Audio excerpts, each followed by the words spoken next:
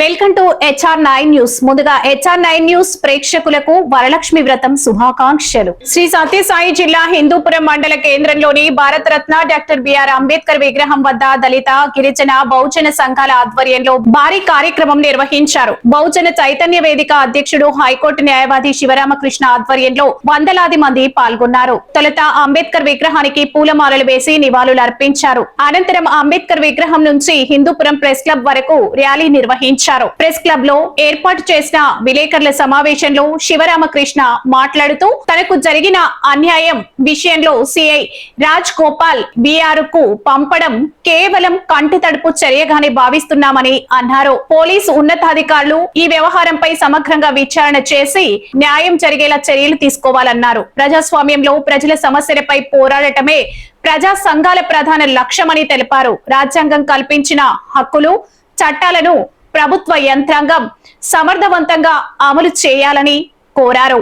పేద, మధ్య తరగతి ప్రజల సమస్యలను అధికారులు బాధ్యతతో పరిష్కరించాలని డిమాండ్ చేశారు. తనకు అండగా నిలిచిన దళిత, గిరిజన, బహుజన సంఘాల ప్రతినిధులు, న్యాయవాదులు, మీడియా ప్రతినిధులు, మిత్రులు, శ్రేయోభిలాషులకు శివరామకృష్ణ కృతజ్ఞతలు తెలిపారు. సిఐ రాజగోపాల్ నాయుడు శివరామకృష్ణపై చేసిన దాడిని మరి ఒక దళిత జాతికి సంబంధించిన ఆత్మగౌరవ దాడిగా భావించి మరి అనేక సంఘాలు రోడ్డుపైకి వచ్చి ఎక్కడికక్కడ స్వచ్ఛందంగా ఎవరికి వారు మరి ప్రభుత్వ ఆఫీసుల దగ్గర ధర్నాలు నిర్వహించి శివరామకృష్ణకు న్యాయం చేయాలని పనేసి ఎంఆర్ఓ కానీ, ఆర్డీఓ కానీ, వాళ్ళ పరిధిలో ఉన్న పోలీస్ డిపార్ట్మెంట్ వాళ్ళు కానీ మరి వినతి పత్రాలు ఇచ్చి నాకు బాసులుగా నిలవడం జరిగింది.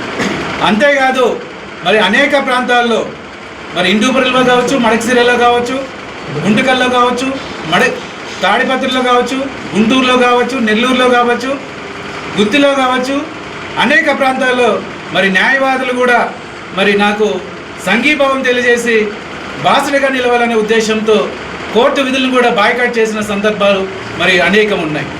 మరి ఈ సందర్భంగా ప్రతి ఒక్కరు కూడా మరి పేరు పేరున ధన్యవాదాలు తెలియజేస్తున్నాను.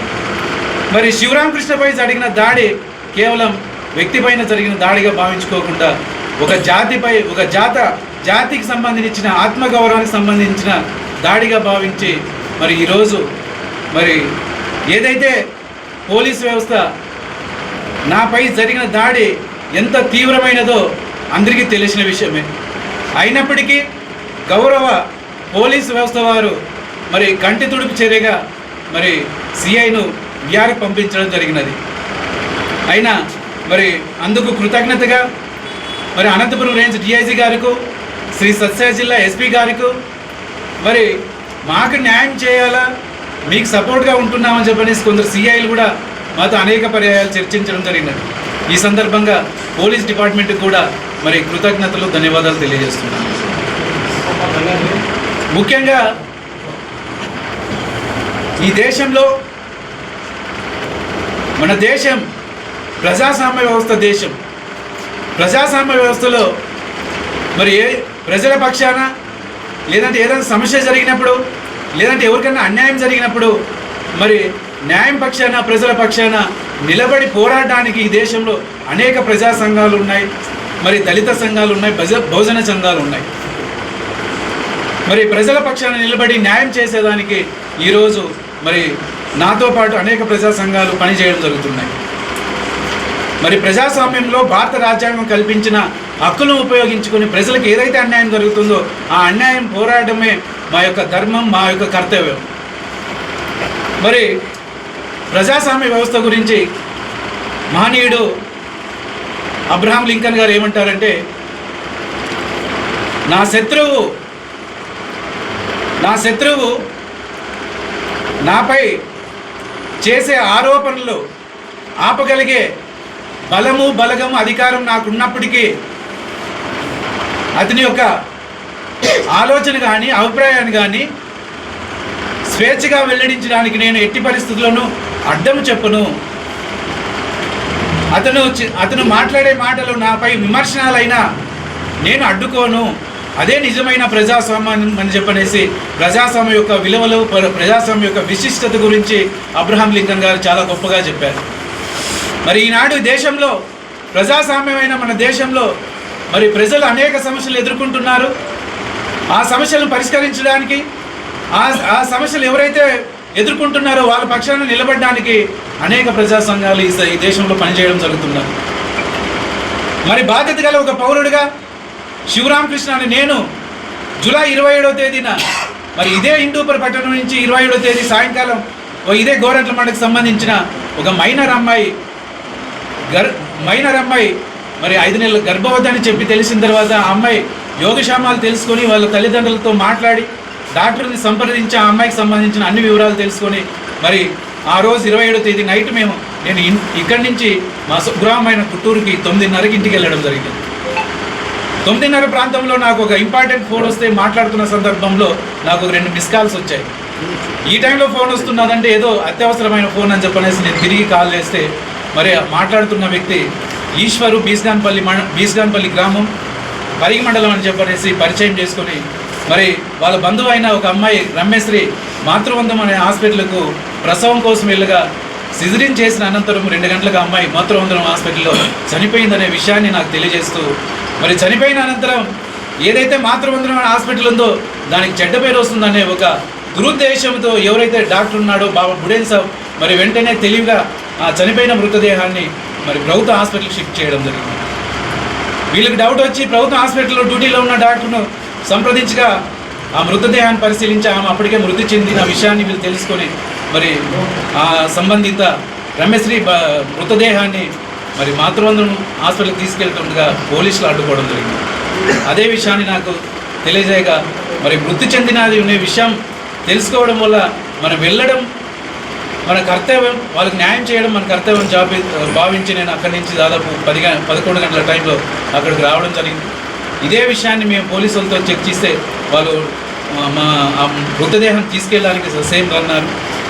చివరాఖరుకు మేము పోలీసులతో మాట్లాడుతున్నట్లే రాజగోపాల్ గారు రావడం, అతను వచ్చి కనీసం సర్ది చెప్పే విషయం కూడా మాట్లాడుకోకుండా అంటే వచ్చిన వెంటనే బాధితులపైన నాపైన విచక్షణ కోల్పోయి మాట్లాడుతూ నువ్వెందుకు వచ్చినావు ఏకవచనంతో మాట్లాడుతూ నన్ను నానా దుర్భాషలాడి మరి బ్రోకర్ పని చేయడానికి వచ్చినామని చెప్పేసి మాట్లాడినప్పుడు అక్కడి నుంచి అతను జులుం ప్రదర్శిస్తూ మరి కాలర్ పట్టుకొని లాగివేయడం తర్వాత బూట్లు తన్నడం జరిగింది. మరి ఈ సిఐ గారికి తన శాఖాపరమైన విధులేంటి, ఏ సిఆర్పిసిలో అతనికి చెప్పినారు, ఒక న్యాయం కోసం వచ్చిన వ్యక్తిని మరి షూతో తన్నచ్చు అనే విషయాన్ని మరి ఏ చట్టంలో వివరించినారు అనే విషయాన్ని ఈరోజు మరి ఈ పత్రికా ముఖంగా సిఐ రాజగోపాల్కి నేను అడుగుతున్నాను. వాళ్ళకి బహుమానం వచ్చి షూతో తన్నడం వచ్చి ఈ ప్రజాస్వామ్య దేశంలో ఒక బహుమతిగా నేను భావిస్తున్నాను. నేను ఒకటే చెప్తున్నాను, మరి నాకు జరిగిన ఈ సంఘటన నేను అవమానంగా భావించడం లేదు. నా 5 ఏళ్ల ఈ ఉద్యమ జీవితంలో అది ఒక సంఘటనగా భావిస్తున్నాను తప్ప ఎక్కడా కూడా భవిష్యత్తులో నేను ఇట్లాంటి సంఘటనలకు భయపడి నా ఉద్యమ జీవితాన్ని ఆపేది లేదు. నాకు ఏ సమస్య ఎదురైనా, ఎటువంటి కష్టం వచ్చినా ప్రజల పక్షాన, బహుజనుల పక్షాన, ఎస్సీ ఎస్టీ బీసీ మైనార్టీల పక్షాన పోరాడతాను తప్ప ఎక్కడ ఆపే ప్రసక్తి లేదని చెప్పనేసి ఈ పత్రిముఖంగా నేను తెలియజేస్తున్నాను. నేను ఎవరికి సమస్య వచ్చినా ఆ పక్కన సిఐ ఉన్నాడా, లేకుంటే నేను ఎదుర్కొనే సమస్య నా మృత్యు రూపంలో మరి యముడు ఉన్నా సరే నేను ప్రజల పక్షాన పోరాడతాను తప్ప నా ఉద్యమ జీవితాన్ని ఆపేది లేదని చెప్పి ఈ సందర్భంగా తెలియజేస్తున్నాను. మరి ఈ ప్రజాస్వామ్య దేశంలో మరి ఇటీవల మనం గమనించినట్లయితే మరి ఈ దేశాన్ని ఒక కుదిపేసిన నీట్ పేపర్ యొక్క లీక్ విషయంలో మరి ఇదే ఢిల్లీ, మన దేశ రాజధాని ఢిల్లీలో మన జంతర్ మంతర్ వద్ద మరి దాదాపు 26 రోజులు మరి అనేక ప్రజా సంఘాలు మరి విద్యార్థి సంఘాలు 26 రోజులు నిరసన కార్యక్రమాలు, పోరాటాల ద్వారా మరి ఏదైతే నీట్ పేపర్ విషయాన్ని మరి యావత్ దేశంలో చర్చించుకునే విధంగా మరి చైతన్యవంతం చేసిన సందర్భాలు కూడా మనం గమనిస్తున్నాం. మరి ఈ నీట్ పేపర్ విషయంలో 26 రోజులు మరి ప్రజా సంఘాలు, విద్యార్థి సంఘాలు కలిసి ఈ దేశంలోని విద్యాశాఖ మంత్రిని కూడా రాజీనామా చేసిన పరిస్థితులు మనం గమనిస్తున్నాం. అంటే దీన్ని బట్టి మనం అర్థం చేసుకోవాల్సిన ఏమంటే మరి ఈ దేశంలో ఎవరైతే ప్రజాప్రతినిధులు చేయవలసిన పనులు ఈరోజు ప్రజా సంఘాలు, విద్యార్థి సంఘాలు చేస్తున్నారు అనే విషయాన్ని మరి ప్రజా సంఘాలు, విద్యార్థి సంఘాలు ప్రజల పక్షాన నిలబడి ప్రజలకు న్యాయం చేస్తున్నారనే విషయాన్ని మనం అందరూ తెలుసుకోవాల్సిన అవసరం ఉన్నారు.